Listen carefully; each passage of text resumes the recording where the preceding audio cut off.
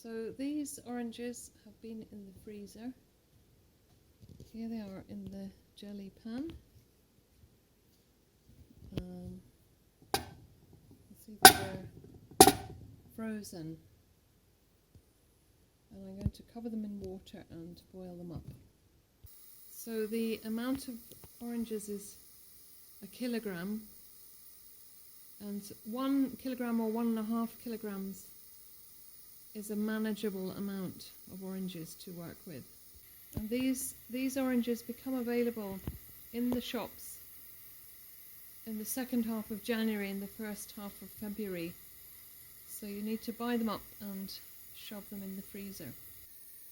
So you don't want too much water, just sort of barely cover them, and you can roll them around a little bit while they're boiling. So once they've softened and boiled for a while, I'm going to switch off the heat and leave them to cool, probably till the morning. So if you have too much water, then when you start making the marmalade, if you've got a lot of water mixed up with the oranges, it takes a very, very long time for the water to boil off and for your marmalade to start to set. And that's what the setting is all about. It's about reducing the amount of water in the system until the sugar can get to a certain temperature. And you can see that a wok lid works well with the jelly pan.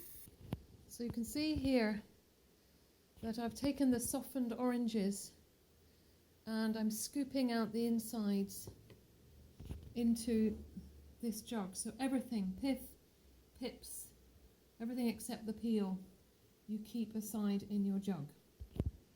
So this is the pulp and the pith. You can see that all the other oranges are just like neat little half peels, and they're in a colander over a bowl. And I'm going to tie up. This muslin is the sort that you get in baby shops for babies. Obviously this has never been used by a baby. It's quite stained because I use it for lots of fruit related activities. I'm going to tie it up securely and I'm going to put it into my orangey water. So this will be boiled with the water and the peel for half an hour or something like that to extract as much pectin as possible. But I'm never going to add that pulp into the marmalade, so it gives it a kind of clearness, a bit like jelly with only the peel in it. So you can see here I'm using my marmalade scissors to chop up the peel, but obviously you can use a knife, and the peel is all lovely and soft, and it's cutting up easily, and I'm just cutting it into the water. So here is the peel and the muslin bag with all the other stuff, the pulp, the pith, the pips. So we're going to boil this up maybe for half an hour. That'll make sure the peel is truly very softened and that all the pectin is taken out of the pith and the pips. Don't squash the bag of pith and pips if you want your marmalade to be clear. So you can see that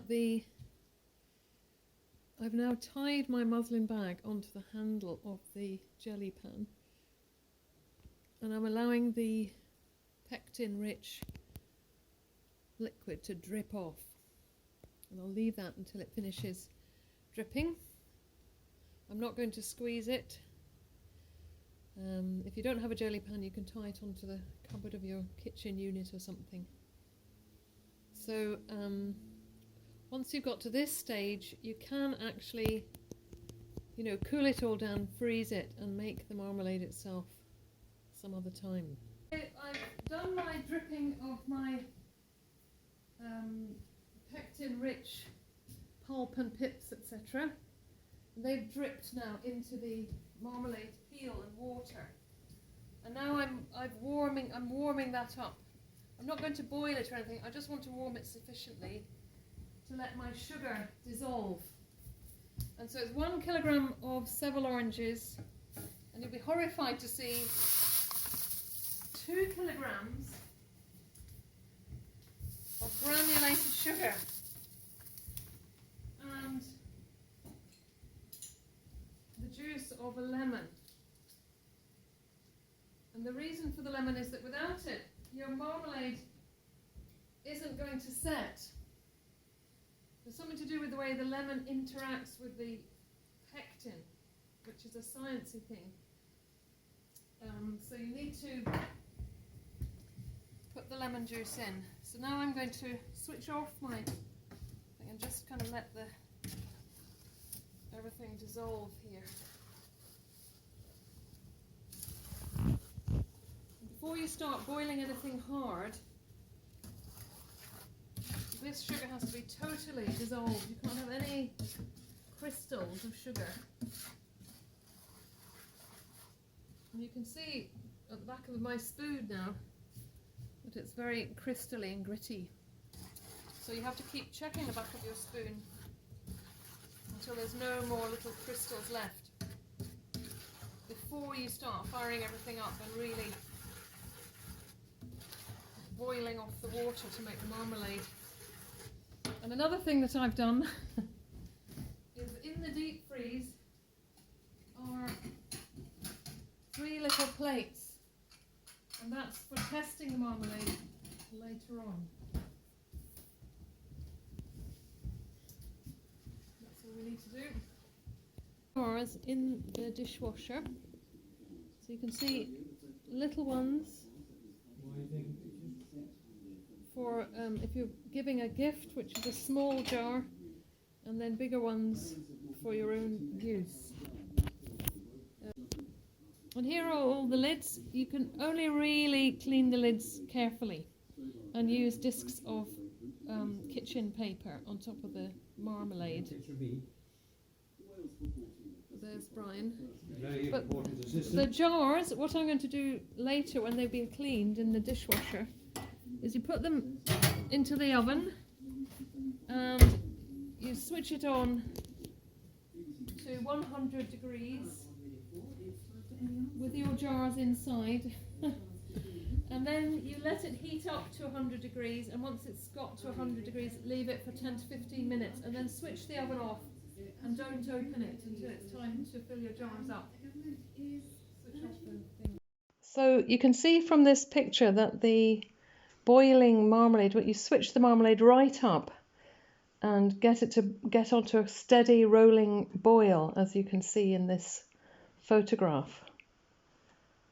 You can see that the boiling marmalade goes quite high up into the jelly pan, so that's why you can't really have more than 1.5 kilos of oranges in a kind of normal jelly pan type of scenario. Now there's 3 ways of testing your marmalade to see if it's ready. One is to use a jam thermometer, which is not really that great, or you can use the viscosity test to see how slowly the marmalade drips off your wooden spoon, or you can use the cold plate test, which I'll show you in a moment. Using the viscosity test, I can see it's beginning to get a little bit more sort of gelatinous as it's dripping off the spoon. So I'm now going to take a little blob, put it on my chilled plate, and I'm going to let this blob cool.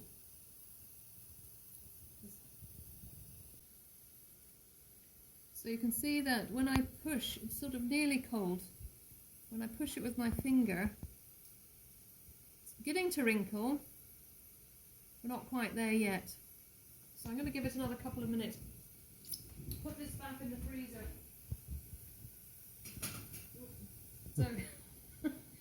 So now I took out this blob a couple of minutes ago and it's cooled down sufficiently to test it. And you can see that now when I push it, do you see it's sort of wrinkles? So that's just about ready. Let's do the viscosity test. So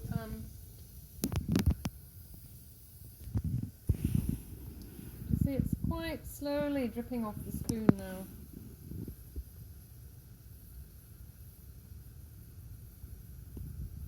I think I'll give it like another 3 minutes and then I'll... So here's the marmalade. It's completed and I think it'll probably set okay. I actually prefer to err on the side of slightly underset myself. So now the next thing to remember, the last thing to remember before you pot it up, is let the marmalade cool so that it's kind of lukewarm. A bit hotter than lukewarm is the ideal temperature to pot it. If you do it too hot, you'll find that the bits of peel sort of separate, so the top half of the jar is peel and the bottom half is clear.